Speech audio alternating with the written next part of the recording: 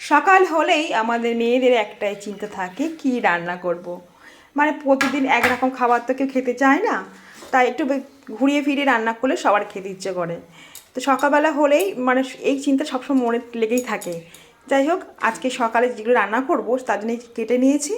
এই যে এটা হচ্ছে কুমড়ো শাক আর তার সাথে নোটে শাক। কুমড়ো শাকটা আমাদের গাছের, আর নোটে শাকটা হচ্ছে বাজার থেকে কিনে এনেছি। এটা ভাজা করব। আর তার সাথে এখানে এই যে মুসুর ডাল ভিজিয়ে রেখেছি, ওটা দিয়ে একটা দারুণ জিনিস করবো বলতে গেলাম।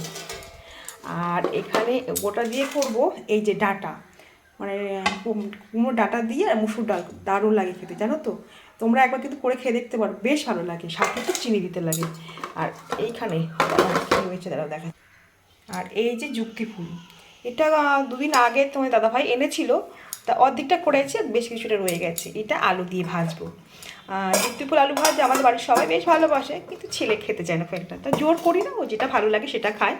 এখনকার ছেলেদের জোর করা যায় না। আর এখানে হচ্ছে মুগ ডাল ভিজিয়ে রেখেছি, এটা একটু মুগ ডাল করবো, তবে নিরামিষ, আদা টমেটো দিয়ে। আর আরেকটা জিনিস করবো, সেটা দেখা। আর এই যে আলু সিদ্ধ করতে দিয়েছি, একটু আলু পোস্ত করব। আর এই আলুগুলো কিন্তু আমাদের গাছের আলু,